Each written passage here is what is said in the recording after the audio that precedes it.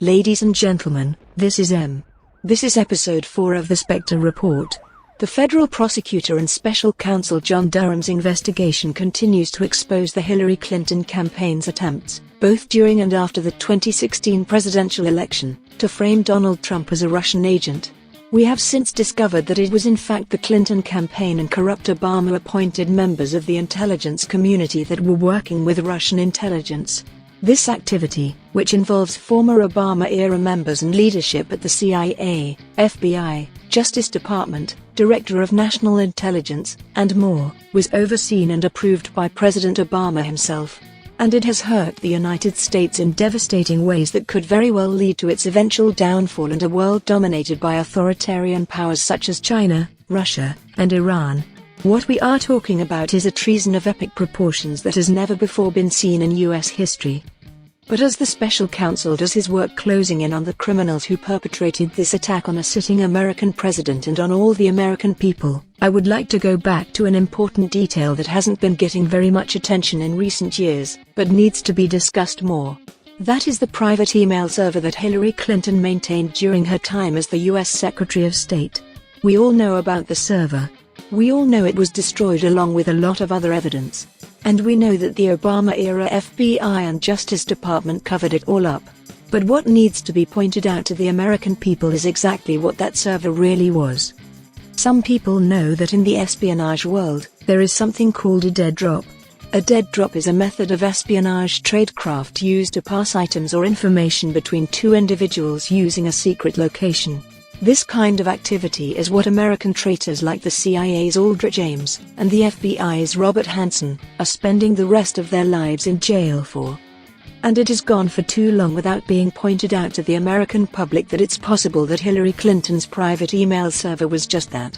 A kind of electronic dead drop. Now please ask these questions. Was Clinton's server, which held State Department correspondence, intentionally exposed to hackers from organizations such as the Chinese People's Liberation Army and the Chinese Ministry of State Security? Was it used by Clinton to secretly communicate with the Chinese government while maintaining plausible deniability, just in case it was discovered by American counterintelligence or other security elements and it could not be covered up entirely? Hillary Clinton has claimed that she didn't know about the danger, and that it was all just a big accident. Again, ask a question. Is Hillary Clinton a completely incompetent fool? Didn't she receive countless security briefings from the U.S. State Department's Bureau of Diplomatic Security? Isn't it impossible for her to not know exactly what she was doing? If she truly didn't know, then wouldn't that mean that she was completely incompetent and she would be a danger to the United States if she was working in any official job that handles classified or confidential materials? Apply your common sense, please. You are our secret agents out there in the field. You are all highly intelligent. Can you see through the lies? Can you see a Hillary Clinton who is just plain greedy, power-hungry, and treasonous? We must all work hard in helping citizens of the United States and other free countries realize that it is time to wake up to the fact that our elites have been selling out our countries for their own personal gain, and they have been doing it for a very, very long time. Citizens must wake up to the fact that it's not just about Hillary Clinton.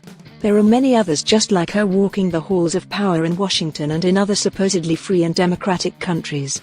This year's 2022 elections will likely be a turning point in the USA for either good or for bad. Citizens can make the connections between the foreign authoritarian powers, the big money, and our political elites, and they can vote these corrupt and incompetent people out of their high offices in favor of new candidates coming from outside the Washington, D.C. swamp. Candidates who truly want to do a service to their country for a time, and then leave. If the corrupt career politicians can be voted out of office, then the corrupt appointees and corrupt bureaucrats can also be kicked out, and the downward spiral we have all found ourselves in could perhaps, in time, be reversed. But if the same corrupt group of authoritarian-minded individuals maintain their power, we will certainly continue spiraling downward toward greater loss of freedoms, and eventually brutal authoritarian oppression. Okay, that is all for now. To all of you out there who are helping the cause, fighting for freedom and justice, thank you for your service. Keep fighting, never surrender, never quit, and Godspeed. Oh, and one more thing. Let's go, Brandon. Sincerely, M.